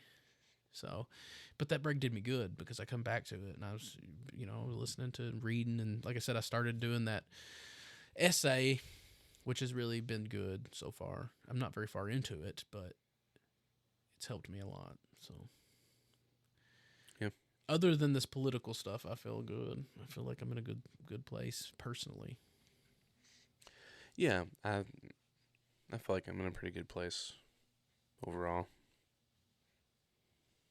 personally. Now I might wake up tomorrow and be completely different, but who knows? And it's all good. Even when it doesn't feel good. Exactly. It's all good. I do believe that. Even though when I'm going through those hard times, I might not believe it. But Lord, I believe, help me with my unbelief. Yeah. I heard Chris Green say something today. This is the weekly Chris Greenism. We almost made it the whole time without hearing Chris Green. But he said, someone asked him, like, if he had to distill down, like what he believes down to, like, a sentence or something. And what he said, I thought was, like, it's actually, like, really profound. But still simple. And he said, I believe that my life is a gift. And, like, that's kind of simple and almost can kind of sound a little cliche. Right. But I think there's actually a lot of depth to that. There's a lot encompassed in that, because implicit in that is a gift giver. Right. And it's also wrapped up in that is gratitude and thankfulness and if you believe that your life is a gift, you also believe that it has purpose, right? So there's a lot wrapped into that I think it encompasses, like, if you just asking, like, what do you believe? Right. Like, and that's what I was kind of thinking about whenever I mentioned, like, even the bad stuff, even when it feels like things are bad, it's like, well, I believe. What do I believe? I believe that my life is a gift. I believe that God has given me this life, and that God is intending good for my life, and will, like, in spite of whatever I have done with my life that I wasn't supposed to, I believe that He will make all of it right, and His plan for my life will will be accomplished, and and kind of all of that, and I'm just thankful for that. I'm at a place where I'm just grateful for that, and I think that really is all kind of summed up in that one phrase. I'm just right. My life is a gift. Yeah, it kind of reminded me a little bit. Portion of what you said there kind of reminded me of that old saying. I've heard some people say it about getting older. Some people look at their face. Sometimes I'm guilty of it too. I see the gray hairs in my beard and see the way that I've aged in my face and see I don't look like I used to. I'm getting older. But then, like, there's a lot of people. Like, I'll be 39, right? 39. I'm almost 40. Like, yeah. There's a lot of people, like, I personally know people that didn't make it to this age. You know what I mean? Like, right. It's a gift to age, to see yourself, like, deteriorate in a way, like, to put it morbidly. I can see my physical shell deteriorating, and, like, that is a gift because a lot of people didn't get to experience that and didn't get to see that. And, I mean, there's a lot of truth to that, That's something else that I heard Chris Green talking about today. He was talking about just that very thing, like what you just said, all of that you just said there, and he brought up the point that, like, Jesus died younger than we are right now. Yep. Like, how old was MLK Jr. whenever he died? He was probably 40s, late 40s, maybe. Was he? I think he was younger than that. But anyway. Bob Marley, he didn't live to be our age today. Shout out. Bob Marley, today's his birthday. He would have been 80 years old today if he was still alive. But he died before he was our age. Yeah. So it's just crazy to think about, all these. I mean, of course, Jesus. And then not putting Bob on the same level. He's the next step down, though. I mean, he's a fantastic prophet, I would say. Yeah, his lyrics are really good. But yeah, it is an interesting thing to think about how old we're getting. Yeah. It really, I mean, in a way, it kind of sucks, but it only sucks when you're clinging to the way things were, to your ideals of the way things should be. Yeah. Things are always constantly changing, so if you're clinging to this idea of, like, I have to look the way that I look today, well, tomorrow I won't. You know what I mean? Or, like, I need to be as strong tomorrow as I am today. Well, like, there's going to come a time where your strength's going to go down. Like, it's just the way it is. But I'm also going to have other experiences and other things that I didn't have. I'm going to have wisdom that I didn't have today. You know what I mean? Because experiences bring wisdom, and there's things come and things go, and that's literally the whole meaning of life. Like, not the meaning of life, but the whole lived experience is things come and things go, and there's nothing that's permanent. Impermanence is a foundational truth to life. You can't cling to the way things are because they won't be in the way things are in this second. They won't be in the next second. They're always changing. Right. Yeah. So there you go. There's your little Buddhism for today. Since I already threw in Christianity, I threw in Ram Dass. Now there's just some Buddhism. Yeah.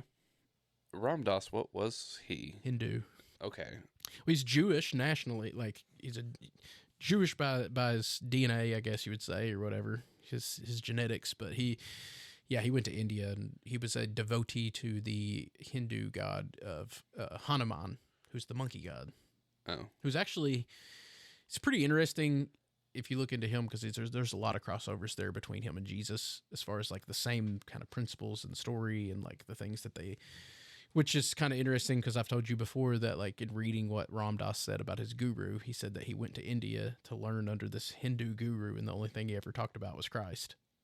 Well, like, yeah, Hanuman was the god of service. Like, his whole life was supposed to be. That's what the name Ram Dass means, is God's servant. Like, so anyway, interesting. There you go. There's your little Hindu knowledge for today. What else do you need to know? You need a little Norse. Yeah, I'm good. Well, we ready to wrap up? Here's your little Norse. You know that Loki had a child that was a horse, and he had a child that was a wolf. I didn't know any of that. Yeah, you see, he was a shapeshifter. And so in order to save the giants at one point, he had to, his great plan was to shapeshift into a horse so that the male horse would be distracted. And so then the male horse impregnated Loki, and he gave birth to a baby horse. So there you go. He has a horse offspring. That's a true story, man. I mean, I don't know what the truth. I'm sorry. That's truly what the story says. Yeah. It's weird. It is weird. It's weird stuff. But it was the Giants. The Giants were, there was a giant who was going to build a wall around Asgard, and like the bet was if he got it done in a certain amount of time, he got to take one of the goddesses as his wife. But he was actually going to get it done in time because he had this supernatural horse that was able to carry all the big rocks for him.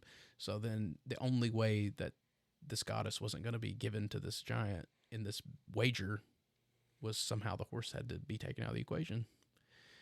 So Loki, in true sacrificial form, sacrificed his body.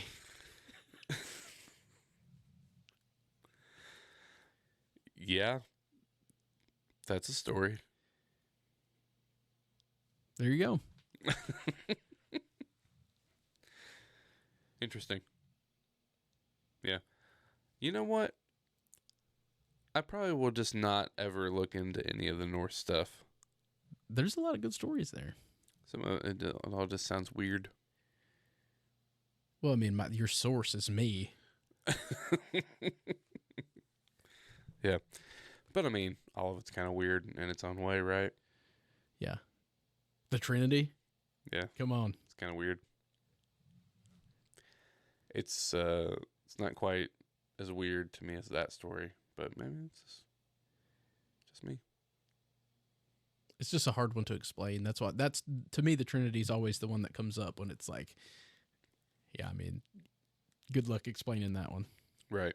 We try our best, but yeah, you inevitably end up saying some sort of heresy. I'm sure. Only because of our failure to articulate anything that, like, it's just not even intentionally. Like, it's just because we're doing our best, and that's the best we can do. Yeah. Because we're trying to talk about things above our pay grade. Yeah. But anyway. Well, we really are rambling at this point, huh? I mean, you know how many different religions we've covered in this podcast? Covered a lot. About all of them, I know, really. I'm sure there's more. Baha'i. The Baha'i is just a kind of an amalgamation of all the. It's like they take the Bible, the writings in the Bible. They take the Quran, the writings of Islam, but then they also have Baha'u'llah, who was the founder of the religion. He was like the next prophet after. So it's just sort of a continuation. I just know it's the official religion of Dwight K. Schrute. That's all I know. Scientology? I don't know anything about that one. I know we went to some cruise port one time. I can't remember if it was Aruba or Bonaire. And they had some sort of like large ship there that supposedly was like owned by the Scientology dude or something. I don't know. Seems like Scientology kind of chilled out. The Scientologists chilled out a bit because there for a minute they were all over the news. They were everywhere. Now, I haven't heard anything about Scientologists in a while. Tom Cruise still alive and kicking. Yeah, I don't know if he's still into it or not. You know, one that's a Christian sort of sect that I don't really know anything about is the Mormons. Mm. And the only reason why I bring that up is because there's a show that I've been watching on Netflix. It's called American Primeval, and it's like a Western, but it's about the Western expansion and like Brigham Young and like the expansion into Utah there of the Mormons is sort of like the central key of the whole story. I was like, yeah, I don't really know anything about these people. Yeah, I don't either. And then we watched recently a horror movie. It was sort of based around Cary Grant was actually the main character in the movie, which was kind of interesting seeing him in this role. But it was sort of based around the idea of these Mormon missionaries, you know, how they always go to like door to door or whatever, and they went to his house, and that was sort of the main. So just twice recently I've had Mormon movies and TV shows on. Is it Joseph Smith? Was that the Mormon? Joseph Smith, yeah. I don't know anything about it. That's the extent of what I know. Yeah. Something about I think, I'm definitely going to speak out of turn because I don't know, but something about, I think that they believe that Jesus showed up in Missouri. And also, Joseph Smith found some golden plates that had these weird inscriptions on them, but then they were translated to him by either angels or Jesus. I don't know. But only he had the secret interpretation for them. That sounds... It's probably wrong because I literally said I have no idea what I'm talking about, but... Sounds way too familiar is what I was going to say. Yeah, it does. Secret interpretations. Let those with ears to hear, let them hear. If tings. Anyway. Yeah, anyway, that's all I got. I got to pee. All right. I got to pee.